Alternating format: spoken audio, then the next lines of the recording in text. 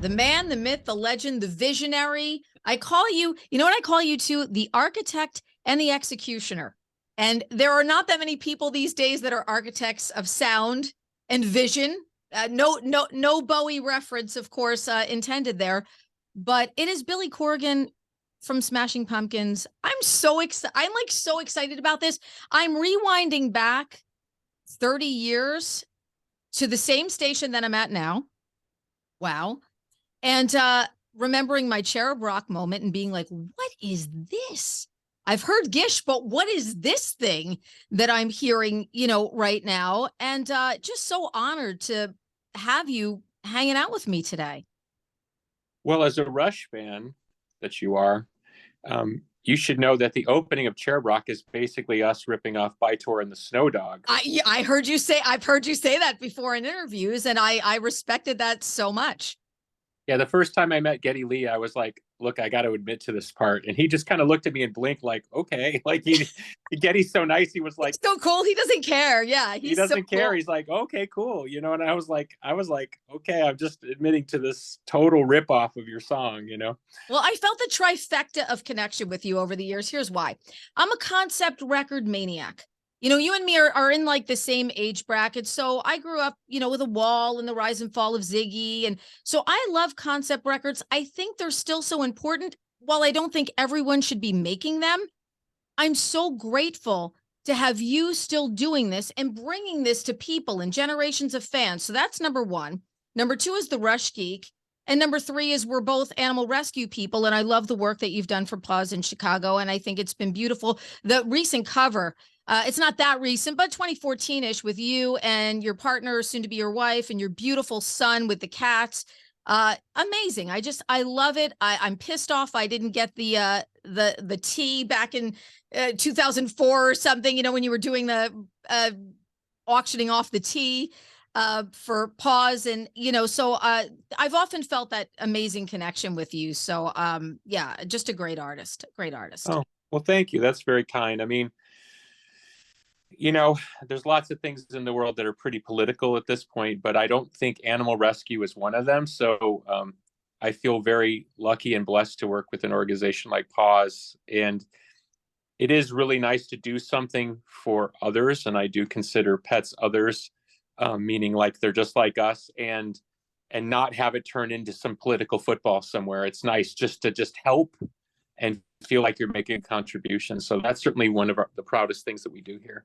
Yeah. And you've done a lot. I mean, with Madame Zuzu's and having artists in, I mean, you've just been a real community guy. But I want to talk about how do I call it, the records? They're not records, they're journeys. This is like a journey experience. I want to talk about Atum, a rock opera in 3 acts. I want to talk about the rock opera part, because when I was a kid, I'm not going to lie to you, my mom used to drag me all the time to the opera.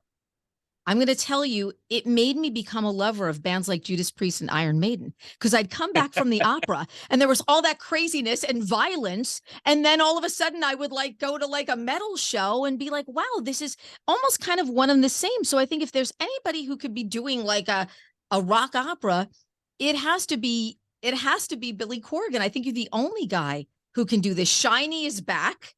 The storytelling is there. The journey is there. When you are bringing these characters up and back, how do you live with them? Talk to me about this, because this is such an interesting concept. And I would imagine that when you have a record 4 years-ish or 3 years-ish or even more in the making when you started teasing it, there's a lot of stuff to be absorbed there. Well, the fun part about working with kind of conceptual things, and I think you saw it with, like, say, David Bowie becoming Ziggy Stardust, or even Roger Waters becoming the fascist leader, that sort of is at the beginning of the Wall, or even Bono when he was playing the Fly character. It allows you to kind of access a part of your personality without necessarily having to own all the dark side of the personality. Yes. Certainly there must be a little bit of that in all of us, but I was surprised when I first started, in a band at let's call it a level of success, that I kept encountering all these rules, like you're not supposed to do this and you shouldn't do that. I mean, as early as 1989, we had hipsters in Chicago telling us we weren't allowed to play guitar solos, because it wasn't cool. We even had people tell us that we were too good to be an alternative music, that we shouldn't be considered an alternative band because we played too good. We were too good at our instruments. And of course, me and Jimmy Chamberlain look at each other and say, he grew up listening to Neil Peart and John Bonham, and I grew up listening to Jimmy Page and Jimi Hendrix and Ritchie Blackmore. So to tell me not to play good was like it was almost like disrespectful to the music that I'd grown up on. Like, well, why wouldn't you want to play good? That's not a bad thing. So I think it's been a long journey for us to carve out a path in alternative music that was both our own, but also allowed us the freedom to explore within the space. Because as invariably happens in the music business, the minute you have success, your fans less consciously so, and the business consciously so, wants to pigeonhole you and say, this is all you are. And it's really a disservice to the fans, ultimately, if you don't keep pushing yourself into places of uncomfortability. And, people like to throw on, I call it the L word, the legend word. Well, you become a legend, in quotations, by taking chances. You have to break something along the way. And taking hits. You have to take some hits when you become a legend. All of a sudden you wake up one day and you're like, wait a minute, people are calling me a legend. I took all these hits now. Well, it's somewhere in my 40s, I saw where people were referring to me as a has-been, and at least you have to have been something to have become a has-been. Like, right. The has of the has-been is like you should have something. You go through all these changes, but at the end of the day, look, not to put words in your mouth, but if you love music like we do, there's a part of you that really loves and respects the game of it, the challenge of the game of it, the almost sexual moment of discovering something new and taking a chance and having it work out, and suddenly everybody thinks you're great. But the downside of that is you have to play, guitar in a basement for 10,000 hours, and you have to have people throw things at your head and tell you you're an idiot about 800,000 times. And the internet now, which is, another thing, how do you stay inspired? How does anyone stay inspired? Look, I'm lucky to be on a live and local radio station where I'm live. I talk to people every day. When people say, where's your research? I go, my research is the guy I just talked to that's working for the DPW, or somebody else that's working in a bank, or a teacher I had today that called me and said, hey, got the kids outside. And this is bizarre. Play me some Foghat. And I'm like, Foghat for the kids? Oh, I'll do it. But, I just want to make love to you for the kids. I did Slow Ride, but regardless, even there's a slow ride for kids. I mean, 8 minutes, baby. So, that's like the thing, where do you find the inspiration? Because sometimes on the internet, man, it's like, implosions constantly. Well, my father was a musician and never had any success. So if that's not inspiration enough for me to try to make my father proud of what I was able to accomplish, that's where it starts. Growing up with heroes like Black Sabbath and the Cars. I mean, I wanted to live up to what I saw as the standard of my idols. And then once you achieve success, having enough courage to say, okay, I get why you like where I'm at in 1990X, but that's not who I am. You're not going to define me that way.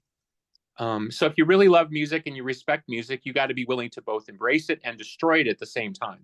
And like all great acts of creation, it requires birth and it requires, the end of the cycle. You could call it death, psychic death, but it requires a willingness to let stuff go. And like anybody who's ever had a long-term relationship, even if it's just a long-term relationship with your family, you go through cycles, you go through good times and bad times. It's really how you handle the change in the seasons that sort of define who you are. So I think at least now over 35 years, although the band wasn't in operation continuously, I'm proud to say at least we've always been willing to take that next step, for better or for worse. And I think maybe the respect that seems to have come in the past few years is the fact that people realized that we were really committed to that path, that it wasn't just a 90s thing, because it was a time of rebellion. And then the minute all our let's call it contemporaries started selling out and becoming like grandpas in rocking chairs, we went the other way. We said, no, this is who we are, and we're just going to keep doing this whether you like it or not. Yeah. Yeah. A true fearless artist. You've always been fearless. You've never cared, you're doing X, Y, or Z and people are yelling 1979. You're like, no, we're doing this Oh, now. no, We'll be they're back, still but yelling. we're doing this now, and you've There's, always been that artist, and there's so well, much there's respect for sorry that. sorry to interrupt you. There's a fine line between courage and dumb, right? You know what I mean? That's okay. That's okay. There's the guy who runs into the hail of bullets without realizing that you're actually going to die when they hit you. But it's fine. I mean, look, we're blessed to play rock and roll music for a living. There are people who have real jobs, and I know many of them. And they work hard to put food on the table for their family, or provide a better life, or to serve, whether it's in charity or in nursing or whatever. There are real heroes in life. We have the best easy job in the world, so there's nothing to complain about. But yeah, is it tough at times? For sure. But at the end of the day, it's a cool gig. I mean, I wouldn't change it. You better not. You better. Well, first of all, I have to mention our Jersey date, because I got to get this in. It's so wonderful to be able to converse with you. But the World is a Vampire tour is coming to the PNC Bank Arts Center. We've got an August 24th date. Our date has Interpol and Rival Sons. How amazing is this night of music going to be? Sonically, the bands are very different, yet everything fits. This is going to be insane. Those two openers are incredible. And then we get you guys, and I look at the band, and I look at Jimmy, and I look at James, and I just say, oh, my pumpkins are here. My pumpkins are in front of me. This is going to be an awesome, awesome night of music in New Jersey. I'm so excited about this show. Yeah, I love that it's multiple generations. I love So that. cool. If you call it a through line, the through line from the innovation of our band through the innovation of Interpol, and of course now Rival Sons, and then on certain dates, obviously now by you, where Interpol isn't on the tour, it's Stone Temple STP, Pilots. yeah, So yeah. yeah, we're really proud to put these shows on. And alternative music is an interesting thing. I don't think anybody thought it would be big business. It became super big business in the 90s. And now, of course, whether it's the Chili Peppers or Foo Fighters or Coldplay, we have bands out there playing stadiums. That's big, big business. It's great that the generation's music endures, and that our music continues to reach a younger generation. So, I like to say I'm still hopeful that Generation X can have like a second act. Yeah. Oh, And I don't absolutely. 100%. 100%. I live it every day. I see it. I feel it. I know it. I want to talk too, because I know we have limited time, but I want to talk about the guitar sound on this record, because this is such a great guitar record. And I love the sound. The sound for me is, when I first heard Beguiled, which was the first song I heard, I was like, whoa, there's something about this guitar sound that it just gets right down in your solar plexus, sort of there. Tell me about the sound a little bit. Well, Is that a few you? years ago, well, yeah, it is, but a few years ago, a company I work with called Reverend Guitars, I've worked with them on and off for 20 years. They approached me. We'd done a guitar in the past, and they said, we'd like to do a new guitar, but we want to do something different. And I said, well, I would like to find a guitar that kind of gets my 90s guitar sound, but in a new way. So they built this guitar. That's the song. That's the guitar that you hear on that song. It's like a weird combination of that sort of melancholy 95 sound with sort of a modern take on it. And what was cool when I got the guitar, it made me want to play guitar again. Like I found myself, I was the kid in the basement again, playing to Snowblind by Sabbath. It gave me that feeling that I was looking for. I'm always looking for that Tony Iommi sound. So that's what you hear, that sort of unique buzz. I don't know how to explain it other than it gives me that feeling too.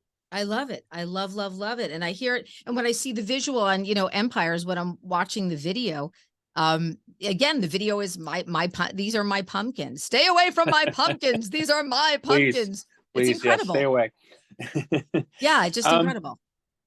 Thank you. Yeah, it's interesting because, some days you wake up and you're like, wow, we're still here. And it's such a great opportunity, right? That's what I mean about Gen X having a second act. It's like the story's not done. We can still tell this story. Somebody mentioned to me not too long ago that Gen X might be the only generation in US history that didn't have a president. that didn't have a president come from this generation. Yes, I've heard Um, that. Yep. and part of that is, and this is a bit boring, but the generation before Gen X was about 90 million babies, and the generation after Gen X was about 90 million babies, but Gen X was only about 45 million babies because our parents were out doing cocaine and yoga and stuff, right? So they didn't want to have kids for whatever. So our generation really doesn't have the numbers to compete against all the other generations. So Gen X, when it works, it has to be a little bit more savvy and a little bit more edgy, for lack of a better marketing word. So I still think there's sort of a moment there for Gen X to kind of rise back up and sort of change the world one more time. I'm not saying it's going to be us, but I think the energy's there, and I think you're seeing that now. Yeah, I've spoke to some Gen X rockers where I go, could you imagine your kids doing the things that we did when we came home from school and everything? And people are like, no, Oh no my God, way, no. never, never, never, never. You're a dad. You're a papa now. You're a dad now. You've got two beautiful children. So I have to ask you, so do they know that dad, I'm going to give you a lot of credit here. Do they know that dad created SpongeBob? Do they know that? Do they know? I'm going to say Well, I'm going to say you yeah, created you're being too SpongeBob. generous. No, well, Do they know this whole backstory of story? what the backstory of what you're saying, for those who don't know, is Tom Kenny, who's the voice of SpongeBob, was in the Tonight Tonight video by the Pumpkins before SpongeBob. So my kids love SpongeBob, so I like to go, I know SpongeBob. You know Oh, what I they mean? they do love. Okay, so good. I'm glad I asked that question. There's your connect. But recently, like, I was just on the Muppets, so it's like, okay, your dad knows SpongeBob. Your dad's been on the Muppets. I'm working the 7 to 4-year-old age group here hard. Yeah, they don't even know dad could be inducted into the Rock and Roll Hall of Fame. Dad has inducted into the Rock and Roll Hall of Fame. Dad is, they don't know about that part, but this secondary part, I think for them you're like the rock star dad for them. Well, what's weird is that they're used to seeing me play on stage in front of 15 to 20,000 people. That to them is totally normal, which is bizarre. They'll even come on stage and dance and stuff during Beguiled, the song you mentioned before. Oh, that's great. So that's totally normal to them. And my son will do weird things, like we'll be in a cab and he'll go to the cab driver. My dad's Billy Corgan. Like, oh, he doesn't know who Billy awesome. Corgan is other than I'm his dad. He knows that if he says my name, he'll get a reaction, but he has no context for it. So, yeah, I don't know. I mean, it's definitely a work in progress because, on one hand, I'm certainly grateful that they won't grow up with the same adversity that I grew up in, or even the same poverty that I grew up in. Or impoverishment is maybe a more fair word. But at the same point, I want them to realize that if they're going to chase their dreams, it's not going to be easy. Just because dad can walk out and play in front of 15,000 people. They weren't there during the years where people were booing me and throwing bottles at my head circa 2009. You know what I mean? That was before they were born. So we'll work on that later. I think it's a great time for you. And I'm really happy to see you having a great time because I think you deserve it. And I think we should be really lucky and grateful. We've lost so many amazing artists, some that are gone way too soon. And I think to not appreciate somebody that we have with us that is still relevant. I asked my listeners, people were like, oh, talk about wrestling, talk about this, talk about that, talk about, the first time I ever heard, this, but I had one guy who sent me a great quote because I said, I'm going to have Billy on Reconnect with Rockers. And, any thoughts you have. And I love this. And I jotted it down. He said, greatest 1990s band of all time, still delivering for the fans and new generations 35 years later. And I thought that kind of sort of encompasses everything. So I want you to know, that this is what people think of when I'm asked for a reaction from people when they hear the name Billy Corgan. And I think that's pretty freaking cool. It's very kind. I was recently asked about Nirvana and I always go out of my way because Kurt was so talented and we've lost him way, way too early. And then of course, between losing Chris Cornell, Chester Bennington, Scott Weiland.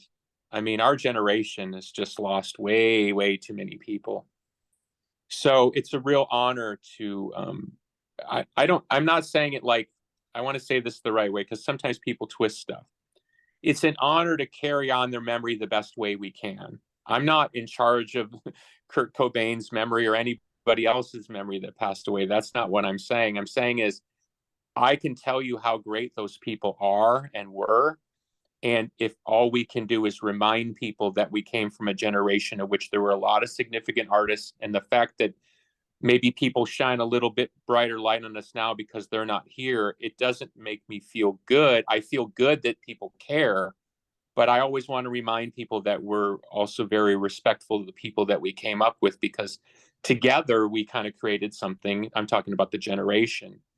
And I don't see that as a negative thing to talk about. Some people get weird about that. Like, even sometimes when I talk about artists and other bands, it's like, kind of like I don't have the right to talk about them or something. And I'm like, no, I think I have the right to talk about it, because at some point we were all in competition. We were all trying to get on the radio station. We were all trying to get on MTV. And the thing that's the shame of it is we're all at a point in our lives, those of us that are still here, that we really should be able to celebrate those things together. And so if there's anything I can do to remind people that, whatever accolades people want to put on me, I'm happy to take them, but I'm always reminded of the other people that were there with us. Billy, you are so appreciated. And it was so nice to just be able to, God, if anybody ever told me you'll be picking Billy Corgan's brain a little bit over music and different things, I'd be like, really? When is that going to happen? And let me tell you, I had my Pink Floyd moment, so thank you for that. It took me back and reminded me of my love of music, when on a Saturday afternoon, I put Atum on and I just let it sort of flow through me, and it just felt so incredibly great. So thank you so much for that. We need that.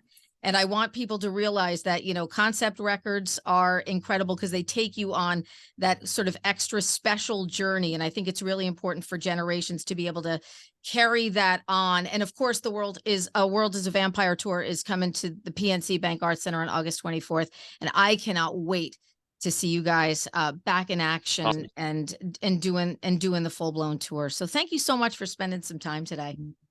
Thank you for your time. Thank you. Truly a pleasure. Love you. A virtual computer hug. All right, I'm getting crazy now. I'll let you go. Okay. Thanks, bye. Billy. DHA's Reconnect with Rockers is powered by Dover Dodge Chrysler Jeep Ram on Route 46 in Rockaway.